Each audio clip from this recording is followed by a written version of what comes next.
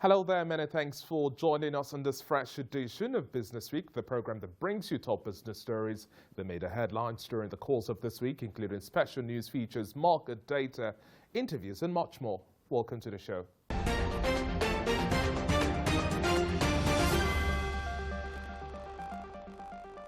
Well, here's the highlight of some of the biggest stories we tracked for you over the course of this week. Now, on the local front, the World Bank forecasts Nigeria could have one of the highest inflation rates in the world this year, which would adversely affect and also lower household welfare in the country. According to the global body, this is due to the government's reaction to managing inflation. And now in the banking sector, Nigerian banks' total assets rose by 11.15 trillion naira in just 1 year to hit 64.32 trillion naira as of the end of the month of April. And now still staying with the financial services sector, the proportion of Nigerians with accounts at regulated institutions such as banks, microfinance organizations and mobile money service providers rose from 16% to 45% last year. And I'll bring you the latest from the international front. A U.S. appeals court has struck down an order by the Securities and Exchange Commission that would have allowed some financial firms that are not stock exchanges to have a say in how essential stock market data is priced and disseminated. Global corporate net debt has also fallen by 1.9% to hit $8.15 trillion in the past year, as higher borrowing costs reduce appetite for new financing and strong cash flows from years of accommodative monetary conditions help companies repay existing debt. And that's according to a study of 900 top firms. And looking at the state of the South Korean economy, the June inflation report accelerated to the fastest pace since the Asian financial crisis, fanning expectations that the central bank could deliver a 50 basis point rate hike for the first time come next week to cool prices and also curb capital outflows.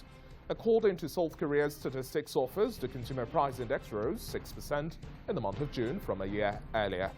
Well, it's now time to bring you special packages prepared by our correspondents. On a daily basis, goods that violate Nigeria's import policies are intercepted at the seaports and other entry points into the country.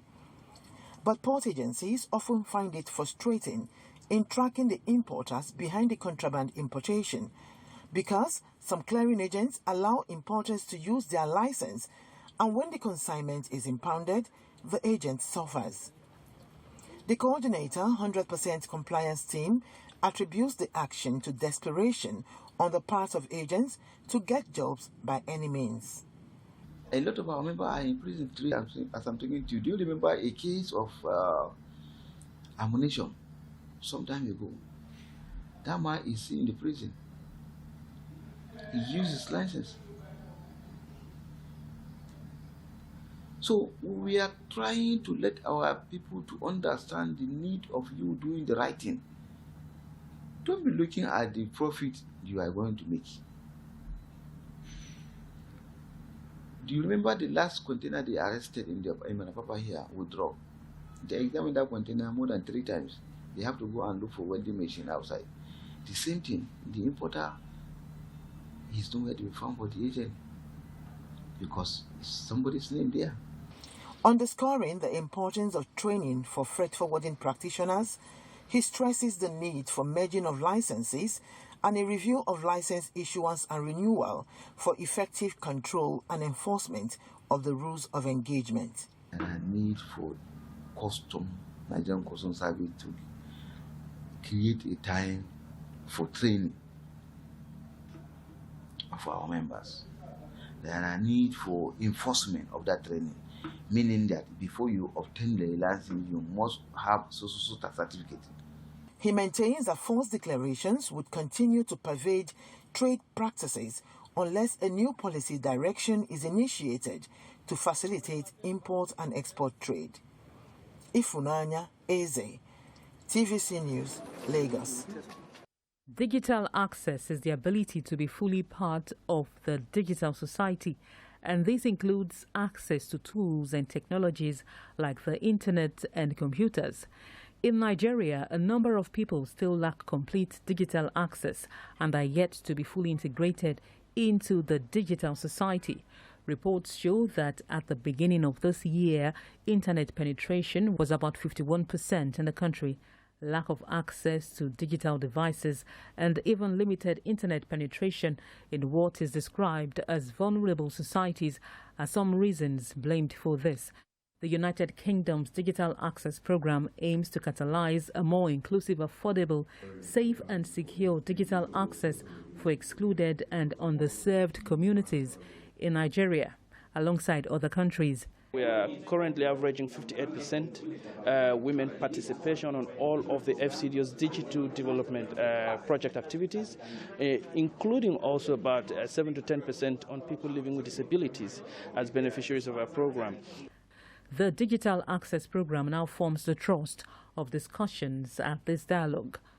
Talks centre around the UK's support for the digital economy, policy and developmental regulations, the future of the digital economy in Nigeria. The issue about inclusion really is creating a space for them within the digital economy.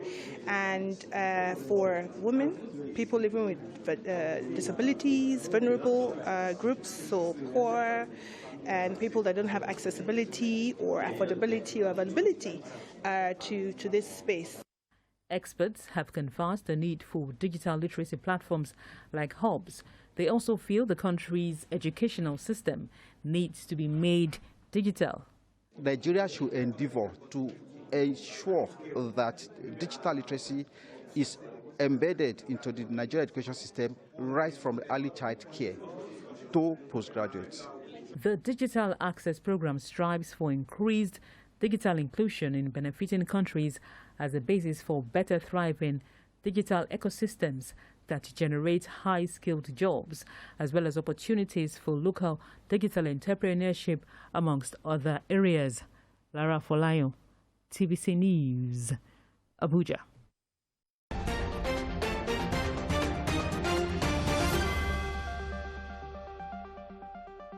And now we gradually shift focus to the feature on the show today as we take a look at Nigeria's manufacturing sector through the lens of the infiltration of substandard cables in the country and how this stifles the local market. We have details of this and much more after this break. Don't go anywhere.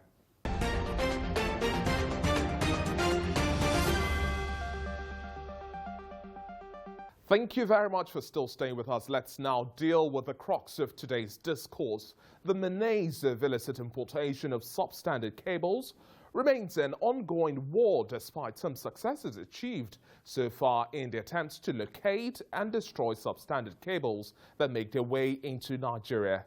Discrepancies in certification of cable sizes, the presence of substandard cables in the market, and provision for approved third-party certification of cables by the Standards Organization of Nigeria are some challenges highlighted.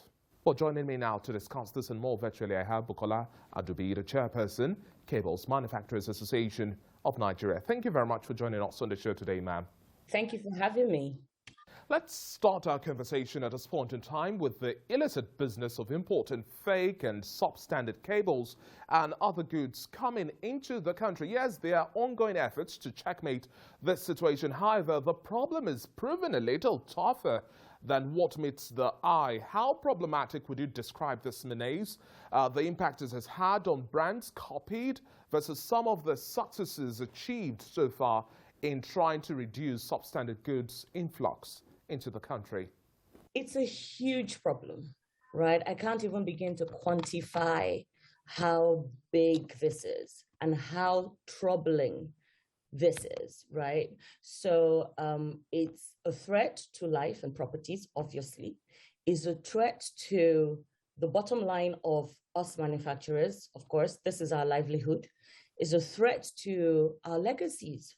You know, because a lot of our companies, a lot of us are decades old, right? The company I represent, Mycom Cables, is over 40 years. We've got some that are over 50 years. We've got 20 years, 30 years. This is our life, right? So to have this problem and to have been dealing with the same problem for years on end is, it's really heartbreaking, right? So we have over the years been having conversations with the powers that be, with the stakeholders in the industry.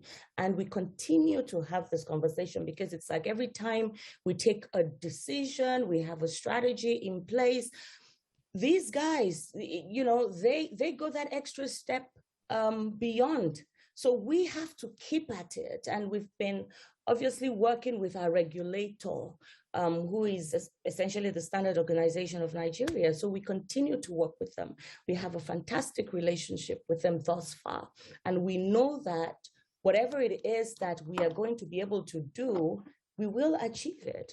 Part of my role as the lead of the CAMAN, which Cable Manufacturers Association of Nigeria, is to ensure that this problem becomes a thing of the past. This problem becomes something that we can begin to say, you know what, we had this battle and we won. Okay, now, we also have the ports, which remain one point of entry where surveillance and oversight function must remain a continuous work in progress. We've had a whole lot of conversations on why we need a standards organization of Nigeria at the ports. How much of a change do you see this office bring to bear? It's just a part of a holistic solution, wouldn't you say? Not the entirety. It's a huge part because really, to be honest, probably 80% are imports. They come into the country. So the guys at the ports have a huge part to play. And I think it also helps when they are enlightened and when there is some kind of education for them as well. Because if they really don't know what they're looking out for, which for some reason I doubt that, they've been doing this for so long, then, we need some enlightening to be done. They have a huge part to play. Now, that said, maybe, just maybe because these guys have been frustrating the ports a little bit, what we now have is cables come into the country that are not even labeled.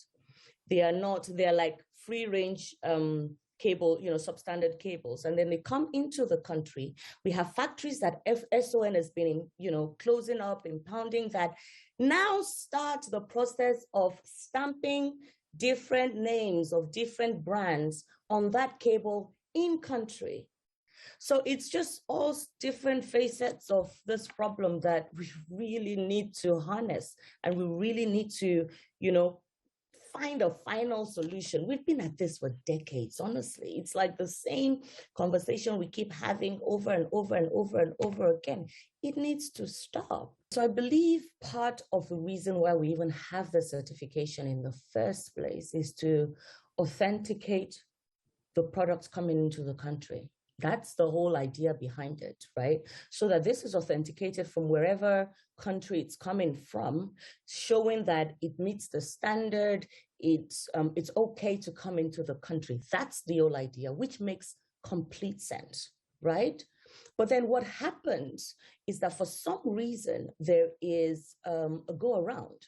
So it is either these importers have been able to find a way to forge maybe, or have a fake document, or however it is they get this documentation to bring the items into the country. And there goes my big red flag. There has to be something at the ports that I'm really struggling with the fact that there isn't, or it's been overlooked, or it's been, I don't know what happens, or maybe they make it so good that you can't check it at the ports. I don't get it.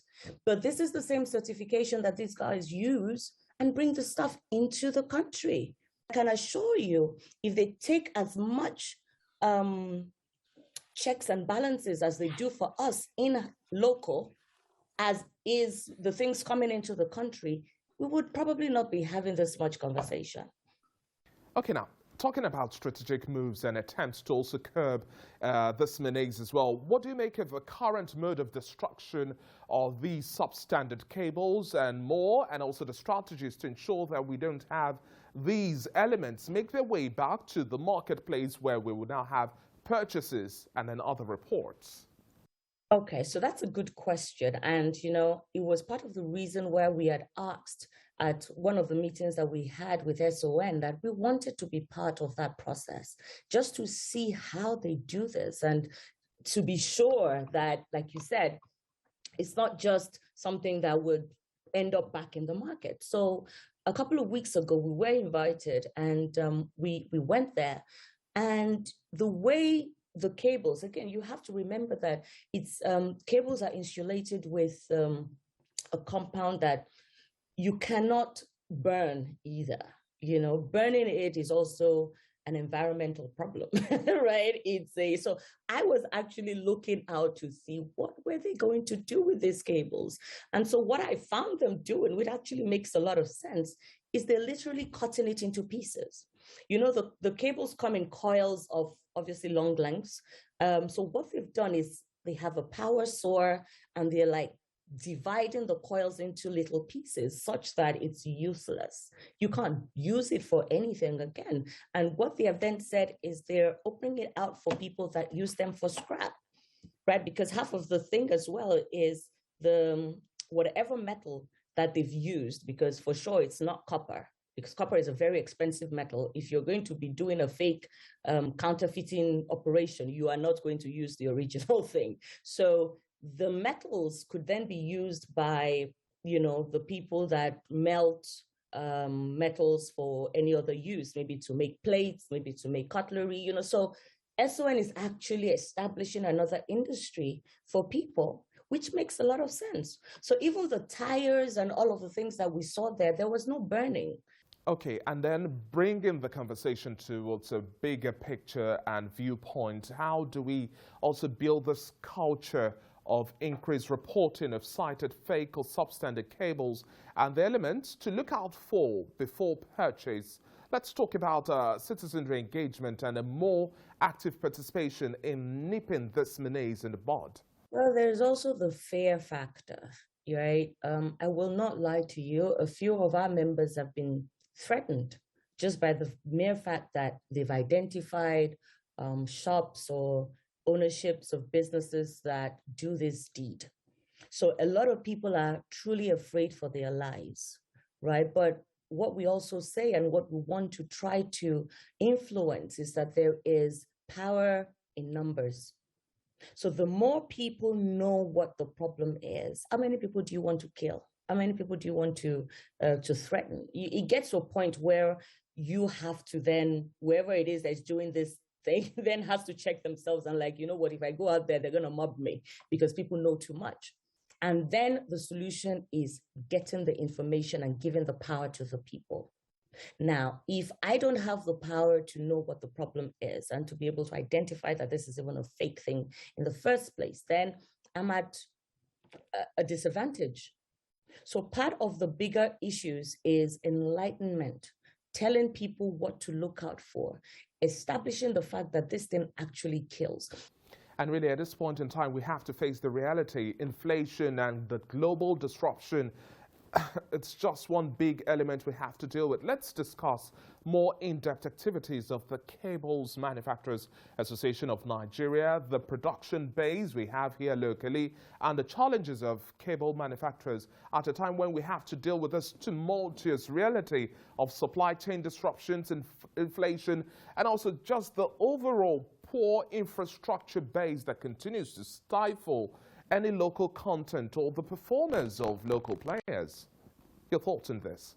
You know, that is one thing that we have actually started, and I'm proud to say that we as the Cable Manufacturers Association have been given a good deal, in the sense that the cable has become one of those items that the federal government has identified as a local content item, right? I'm sure you're aware of the Local Content Act. The good thing about this act is it's working fantastically in the oil and gas, right? So there is a monitoring board, you know, it's the Nigerian Content Monitoring Development Monitoring Board, NCDMB. They have the power to ensure that every service rendered in the oil and gas industry uses local content, cable being one of them. And we have been thus far enjoying that privilege. Now, the federal government, through its executive orders, have also mandated the federal parastatals to use local content items, again, cables being one of them, in their supplies. Now that, it's not as stringent as the oil and gas for some reason. So this is where we are going to need extra intervention from the federal government, because we do have federal government parastatals that still don't use the local manufacturers as such. They still give the jobs to foreign companies who then bring in these cables or these items from wherever in the world that they choose to. And on top of that, they get a duty waiver because they are doing a federal government job. So this is where our problem lies. So for a lot of construction, building, even just general infrastructure of the government, that government is the one directly responsible for that project. Government is the one that it is their parastatal that is issuing the contracts for that project. We should have a bit more intervention there, and that is our prayer. Because the law is there, the orders are there. It's just now for the parastatals, the said parastatals and the contract issuers to ensure that they then follow through. Because we are here, if there's only so much development that can happen in our industry if we don't get off-takers.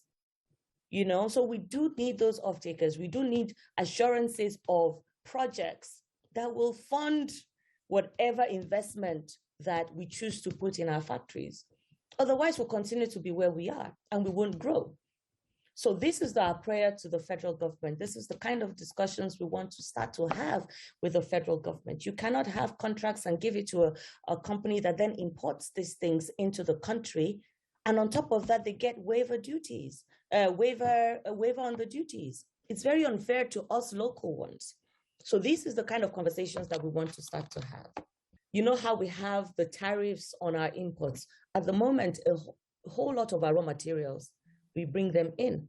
There's really not any proper grade of the raw material that we need for our production that is found in the country.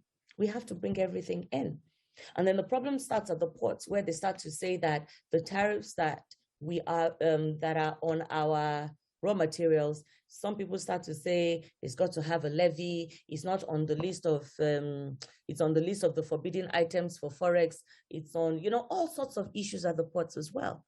Ultimately, adds up on the price, makes us more expensive. Problem number one. Problem number two, Forex, CBN rates for foreign exchange. We don't get it. We don't have allocations for it. There's all sorts of CBN interventions. We have this for manufacturers. We have that for they don't have it. We cannot open LCs with CBN funds for our raw materials. We have to buy black market. Raises our costs ridiculously, that this contract issuers for the federal government then tells you that you are too expensive. They cannot buy from you. It's cheaper for them to buy from wherever.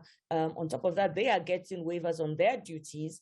And then, of course, it's a lot cheaper for them. They get more profit. They don't use us because we are more expensive, because we have to have duties on our raw materials. We have to get foreign exchange from the black markets.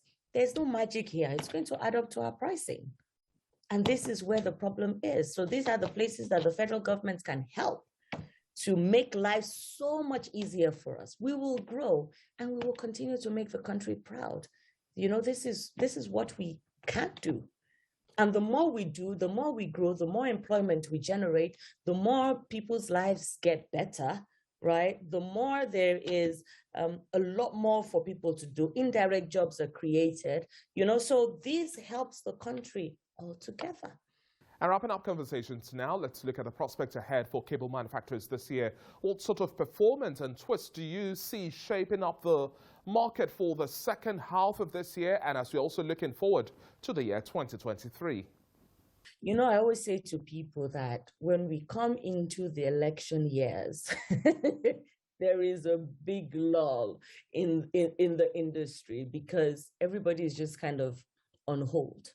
Everybody wants to be sure that they don't take decisions that get thrown back in their faces or they shoot themselves in the leg. So typically, we've got maybe 9 months, 6 to 9 months left to have a serious anything done. This will be a problem. The next half of the year, next year, this is when all the elections and all the everything is going on. I'm sure we'll have a lot of breaks in the system.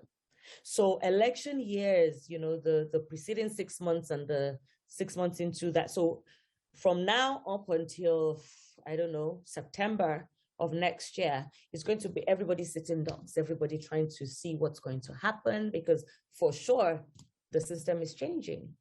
I know this is one of the bigger issues of investments as well in the country. Everybody is afraid because you're not sure if the next guy is going to continue the policy, if the next guy, is there going to be continuity in the plans that are already nice and moving and everything is good to go. So this also affects people that are taking contracts, because a lot of the huge contracts are tied to the government somehow. Do you get what I mean? So usually there is that law. But the good thing as well is that because of the nature of our business, everybody's building one thing or the other, there will still be job going on. But it's just going to be everybody, let's wait and see. Thank you so much for your time, ma'am. It's been a pleasure having you on the show today. Thank you very much for having me. Well, just before we go now, here are graphic details of the Telecom state active voice and internet per state, port-in and tariff information for the first quarter of this year as prepared by the National Bureau of Statistics.